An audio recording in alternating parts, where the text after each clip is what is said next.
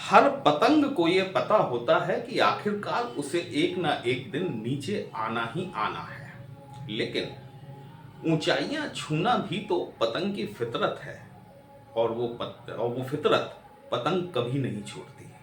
मकर संक्रांति की आप सभी को हार्दिक हार्दिक बधाइयां एवं शुभकामनाएं।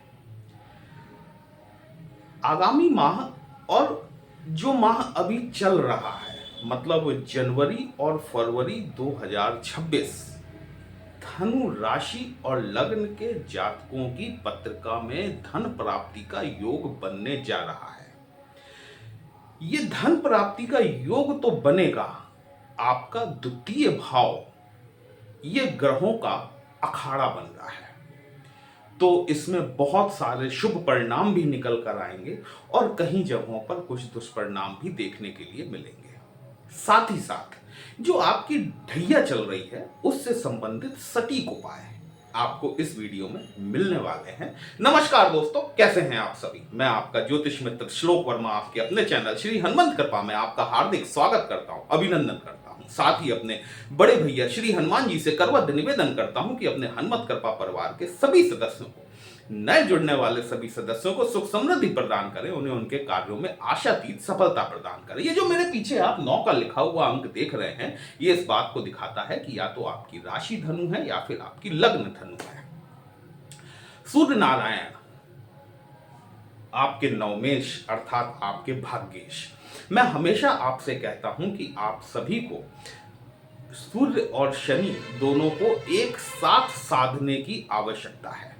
वैसे भी यदि नॉर्मल चार्ट की भी बात की जाए, हम धनु राशि की बात ना करके अन्य सभी चार्टों की बात करें, विभिन्न राशियों की बात करें, तो भाग्येश का वो उनकी पत्रिका में भाग्येश कोई भी हो सकता है। आपकी पत्रिका में सूर्य देव है, तो भाग्येश का 10th हाउस में, 11th हाउस में लग्न में जाकर बैठ जाना, या फिर द्वितीय भाव अर्थात धन भाव में जाकर बैठ जाना, या फिर सुख भाव में जाकर बैठ जाना, पंचम भाव में बैठ जाना, ये कहीं ना कहीं आपको जीवन में अपार सफलताएं दिलाने वाला होता है।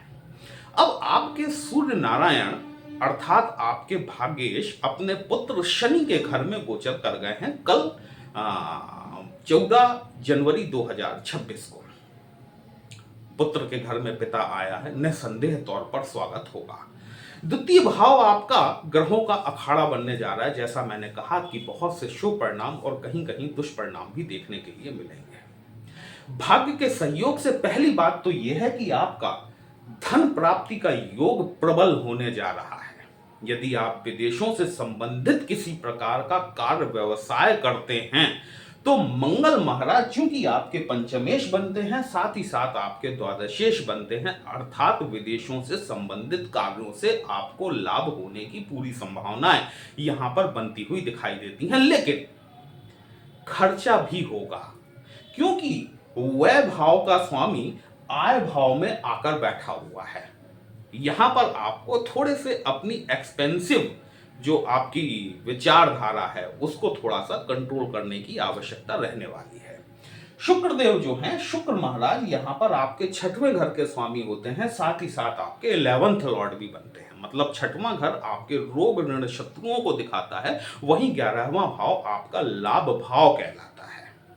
यदि बहुत समय से आप किसी कर्ज के लिए प्रतीक्षारत थे, वैसे देखा जाए तो कर्ज किसी के लिए लाभ तो नहीं होता, लेकिन कई बार परिस्थितियां ऐसी बन जाती हैं कि कर्ज भी लाभ का रूप ले लेता है।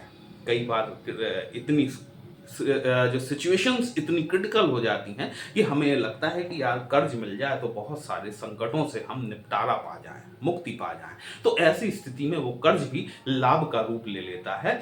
2nd हाउस में शुक्र का गोचर यहां पर आपको कर्ज की सहूलियत दिलाता हुआ दिखाई देता है। मतलब किसी कर्ज की प्रतीक्षा में आप बहुत लंबे समय से हैं, तो यहां पर यह कर्ज आपको मिलकर आपको चमत्कृत कर सकता है। ये सारे प्लैनेट जो है ना, देखिए मंगल और शुक्र ये आपके धन भाव में बैठे हुए हैं, ये एक रोमांटिक योग का निर्माण करते हैं। सूर्य बुध का बुधादित्य योग आपकी पत्रिका में बना हुआ है। बुध आपके 7th भाव के स्वामी होते हैं और साथ ही साथ आपकी पत्रिका में आपके दशमेश भी होते हैं कर्म क्षेत्र के। कर्म के द्वारा धन प्राप्ति, आपके नौकरी व्यवसाय के क्षेत्र से आपको धन प्राप्ति की प्रबल संभावनाएं बनती हुई दिखाई देती हैं। ये सूर्य बुध का बुधादित्य योग बनेगा, मंगल शुक्र का जिसको कि धनवान योग की श्रेणी में भी लिया जाता है। साथ ही साथ बुध और शुक्र का यहाँ पर लक्ष्मी नारायण योग का भी निर्माण हो रहा है, जो कि आपके धन भाव में हो रहा है। देखिए 13 जनवरी से लेकर 18 जनवरी तक एक एक करके ये प्लैनेट आपके सेकंड हाउस में गोचर करना शुरू करेंगे और फरवरी में एक एक करके ये आपके सेकंड हाउस को छोड़ते हुए चले जाएंगे। पंचग्रही जिसको हम पंच महापुरुष राजयोग कहते हैं, वह राजयोग आपके द्वितीय भाव अर्थात धन भाव में बनने जा रहा है। तो आखिर आपको धन प्राप्ति के योग क्यों न बने, धन लाभ के योग क्यों न बने? सावधानी कहां पर बरतनी है? ये सभी प्लैनेट जो हैं ये 3 नक्षत्रों में गोचर करेंगे। उत्तराषाढ़ा नक्षत्र में गोचर करेंगे सर्वप्रथम।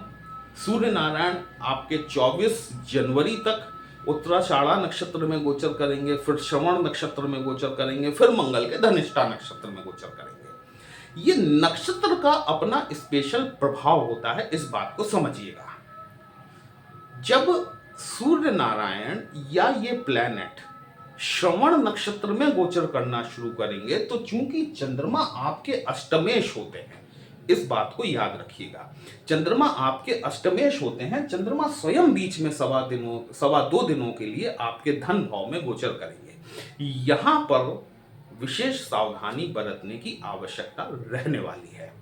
कहीं कुछ जिसको कहते हैं ना कि एक फोन आ गया कि ओटीपी बता दीजिए, इस तरह की चीजों से आपको बचना चाहिए, अन्यथा आर्थिक तौर पर कुछ नुकसान होने की संभावनाएं यहां पर दिखाई देती हैं।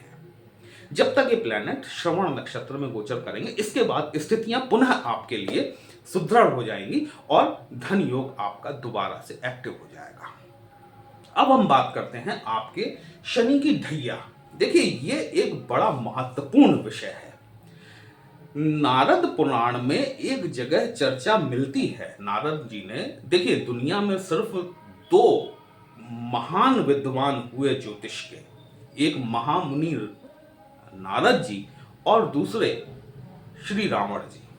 अब रावण के साथ में श्री लगाने पर बहुत लोगों को आपत्ति हो जाएगी, लेकिन ईमानदारी की बात यह है कि रावण जितना विद्वान शायद कोई दूसरे व्यक्ति थे नहीं।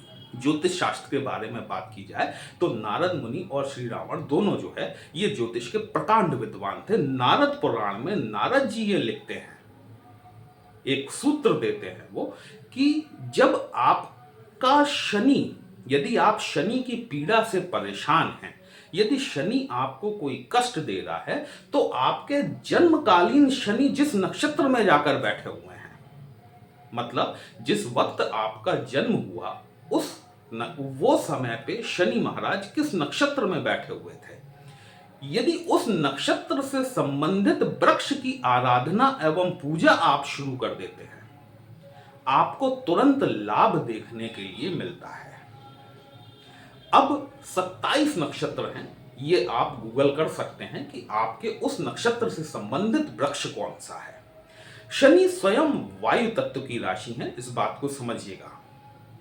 जब हम किसी वृक्ष की आराधना करते हैं, स्पेशली आपने देखा होगा नॉर्मली लोग बाग शनि की ढैया और 7:30 में पीपल की आराधना करने का, पीपल की प्रदक्षिणा करने का, पीपल को जल चढ़ाने का एक नियम होता है, लोग बाग करते हैं इसे। श्री कृष्ण ने भी गीता में कहा है कि वृक्षों में मैं स्वयं पीपल हूं। तो ये तो एक पीपल एक कॉमन वृक्ष हो गया सभी के लिए, लेकिन आपके जन्मकालीन शनि महाराज जिस नक्षत्र में बैठे हुए हैं उससे संबंधित यदि आप वृक्ष की आराधना और उसकी सेवा शुश्रूषा शुरू करते हैं, यकीन मानकर चलिएगा यदि शनि की पीड़ा से आप परेशान हैं तो आपको तुरंत राहत देखने के लिए जरूर मिलती है। वीडियो कहीं भी अच्छा लगा हो अपने इस चैनल को लाइक, शेयर और सब्सक्राइब जरूर कर दीजिएगा। हमसे यदि पत्रिका का विश्लेषण कराना चाहते हैं, व्हाट्सएप नंबर थंबनेल में दिया गया है दोस्तों। पर्सनल कंसल्टेशन पेड होता है, एक छोटी सी फीस आपको पे करनी होती है, आपकी समस्या का उचित समाधान हमारे द्वारा करने का प्रयास जरूर किया जाता है। चलिए फिर मिलते हैं, तब तक के लिए जय श्री राम।